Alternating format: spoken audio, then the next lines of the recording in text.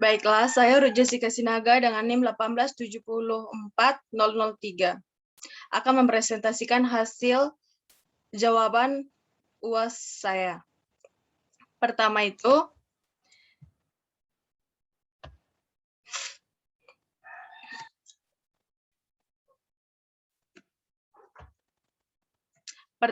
pengertian manuskrip.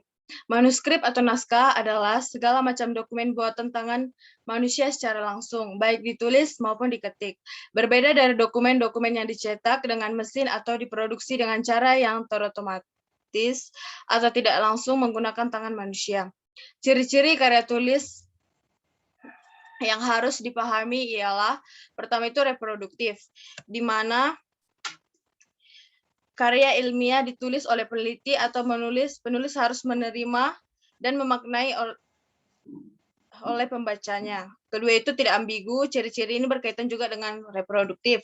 Ketiga itu tidak emotif, artinya karya ilmiah ditulis tidak melibatkan aspek perasaan dari penulisnya. Selanjutnya itu menggunakan bahasa baku. Menggunakan bahasa baku agar mudah dipahami. Selanjutnya, menggunakan kaidah keilmuan. Penulisan karya ilmiah harus menggunakan kaidah keilmuan atau istilah-istilah akademik dari bidang peneliti penulis. Selanjutnya, bersifat dekoratif. Penulis karya ilmiah harus menggunakan istilah atau kata yang memiliki satu makna. Selanjutnya, menggunakan kalimat efektif. Penulis karya ilmiah harus menggunakan kalimat efektif. Ciri ini berkaitan dengan semua ciri-ciri sebelumnya. Selanjutnya,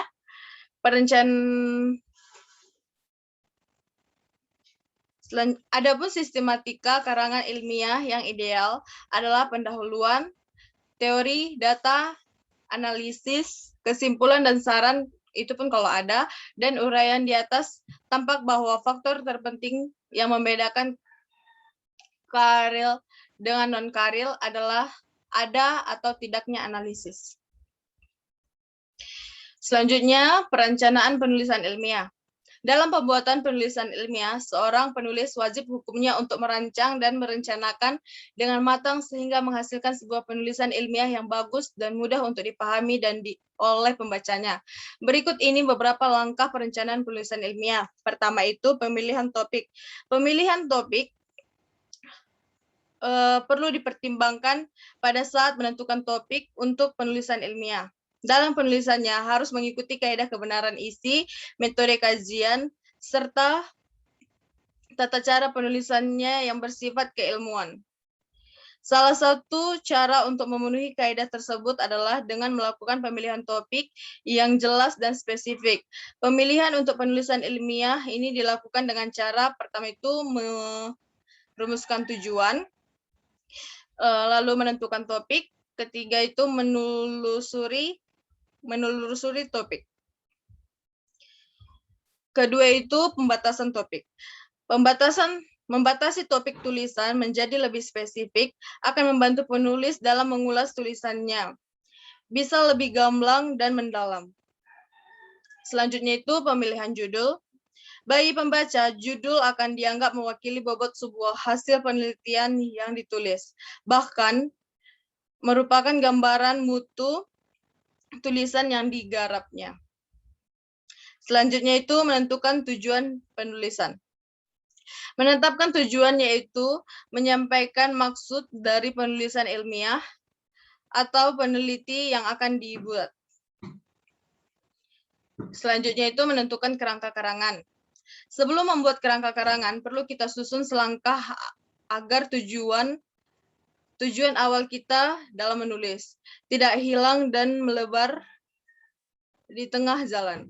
Kerangka karangan menguraikan tiap topik atau masalah menjadi beberapa bahasan yang lebih fokus dan terukur. Langkah-langkah penulisan ilmiah. Metode ilmiah, penelitian, dan pengembangan penulisan ilmiah adalah suatu cara untuk pelaksanaan secara sistematis dan objektif yang mengikuti langkah-langkah sebagai berikut. Pertama itu melakukan observasi dan menetapkan masalah dan tujuan. Kedua itu menyusun hipotesis. Ketiga, menyusun rancangan penelitian. Keempat, melaksanakan percobaan beberapa metode yang direncanakan. Selanjutnya melaksanakan pengamatan dan pengumpulan data, menganalisis dan menginterpretasikan data, merumuskan kesimpulan, menarik kesimpulan, dan dari semua proses pencobaan, pengamatan, melaporkan hasil penelitian, dan melaporkan hasil penelitian. Selanjutnya, penelusuran kepustakaan. Penelusuran pustaka merupakan langkah pertama untuk mengumpulkan informasi yang relevan untuk penelitian. Penelusuran pustaka dapat menghindari duplikasi pelaksanaan penelitian. Dengan penelusuran pustaka dapat diketahui peneliti yang pernah dilakukan dan di mana hal itu dilakukan. Bagi seorang peneliti, membaca hasil penelitian orang lain selain mutlak untuk dilakukan untuk membantu mengorientasikan dirinya, juga akan memberikan berbagai keuntungan.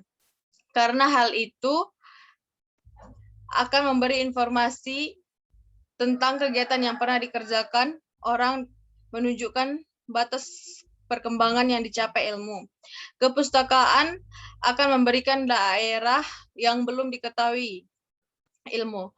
Pada penelusuran pustaka penelitian, melakukan uji awal atas gagasan-gagasan awal, atas formulasi awalnya untuk menyelesaikan masalah penelitian. Pada saat ini, hampir tidak mungkin ada salah satu masalah dalam cabang ilmu tertentu yang belum pernah diteliti sama sekali.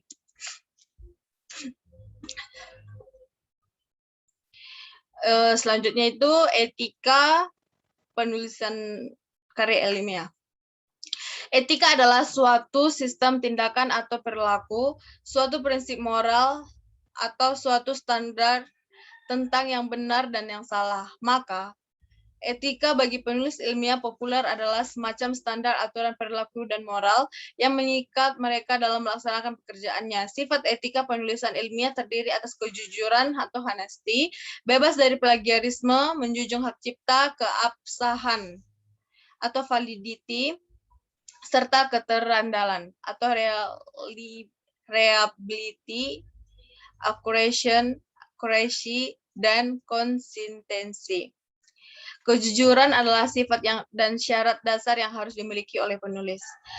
Hal-hal yang perlu diperhatikan dalam penulisan karya ilmiah, tidak memerhatikan struktur karya tulis, kurang memerhatikan penulis sesuai dengan EBI, Ejaan Bahasa Indonesia, mengurangi kesalahan ketik atau typo, sinkronisasi antara sitasi yang ada di uraian teks dan yang ada di daftar pustaka.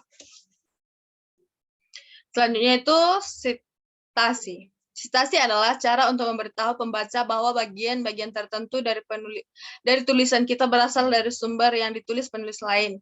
Tujuan dilakukan sitasi untuk menjunjung kejujuran akademik, intelektual, dan menghindari plagiarisme.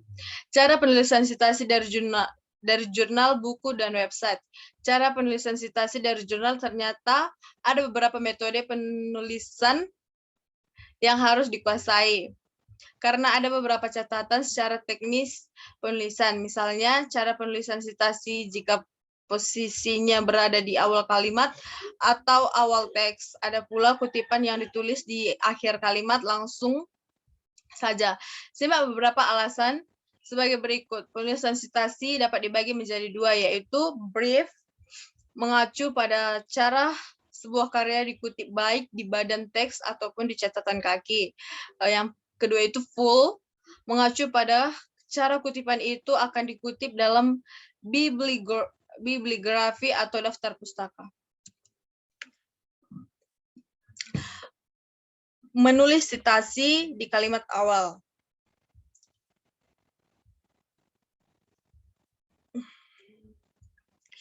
Tidak dapat dipungkiri banyak orang yang merasa bingung dan tidak tahu bagaimana cara menulis sitasi yang benar.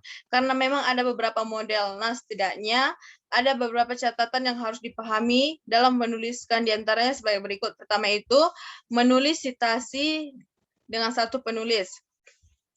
Ada beberapa penulis sitasi yang ditulis oleh satu penulis. Pertama, dapat ditulis tanpa menggunakan halaman, dan kedua, tidak menggunakan halaman. Berikut adalah contohnya. Yang contohnya itu kayak Andre dalam kurung 2020. Kalau yang disertai halaman itu seperti menurut Irukawa dalam kurung 2020 tanda titik 2 halamannya yaitu kayak seperti 99. Yang kedua itu menulis citasi dengan 2 penulis. Ada beberapa lagi jika jumlah penulis lebih dari 1 atau 2 penulis, maka penulis sumber citasi atau kutipan di awal kalimat atau awal teks dapat ditulis dengan cara berikut. Seperti Irukawa dan Hanifa dalam kurung 2020. Berikut contohnya. Selanjutnya itu menulis citasi yang lebih dari 2 penulis. Tentu saja berbeda dengan teknis penulis citasi dengan jumlah penulisnya lebih dari 2, maka penulis dapat dilakukan dengan menyingkat dengan kode. Misalnya itu, menurut Irukawa dan kawan-kawan dan dalam kurung tahun seperti 2020 itu. Yang kedua itu sumber citasi di akhir kalimat.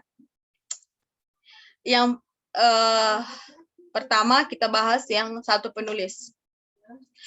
Kalau satu penulis itu jika disertai halaman maka penulisan citasi seperti berikut. Contohnya Irukawa, 2020.2 halamannya. Kalau 2 penulis itu contohnya dalam kurung Tiara dan Juna, halamannya. Seperti itu. Yang selanjutnya itu lebih dari 2 penulis. Jadi untuk penulisan nama cukup tulis satu penulis saja, kemudian di bagian belakangnya disertai dengan et al. Atau dan kawan-kawan. Contohnya itu kayak dalam kurung Ruth dan kawan-kawan dan tahunnya 2020 seperti itu. Yang ketiga itu cara penulisan citasi dengan 2 sumber referensi atau lebih. Jika di poin sebelumnya disebut cara menulis citasi dari jurnal yang diambil dari satu sumber, nah ini kutipan diambil lebih dari satu sumber. Tentu saja penulisan pun akan berbeda, akan tampak seperti berikut. Contohnya itu, Ruth, buka dalam kurungnya itu 2019-2020. Jika ditulis disertai dengan tahun terbit, maka penulisan harus dibedakan. Contohnya itu sebagai kayak Ruth, terus buka kurung tahun terbit itu yang 2009A, 2009B seperti itu. Akan berbeda lagi jika penulisan citasi mengambil dari berbagai sumber, maka penulisan bisa dilihat sebagai berikut. Seperti contohnya buka kurung Irukawa, 1999, lalu titik koma Rahmat dan Fani 2000, terus titik koma lagi Adele dan kawan-kawan 2009, baru tutup kurung. Yang keempat itu cara penulisan citasi dengan tidak ada nama penulis. Tidak dapat dipungkiri saat membuat citasi akan ada beberapa referensi yang tidak mencantumkan nama penulis. Maka dari itu ada beberapa tips cara menulis ke dalam citasi. Misalnya, kita bisa mencantumkan dengan menyebutkan lembaga atau badan yang tertulis di identitas buku. Sebagai contoh, kayak gini. Badan Pusat Statistik tahun 2009 atau Ikatan Dokter Indonesia tahun 2020 berpendapat titik-titik seperti itu, guys. Seperti itu, teman-teman. Oke, sekian presentasi jawaban UAS penulisan ilmiah saya. Semoga bermanfaat. Terima kasih.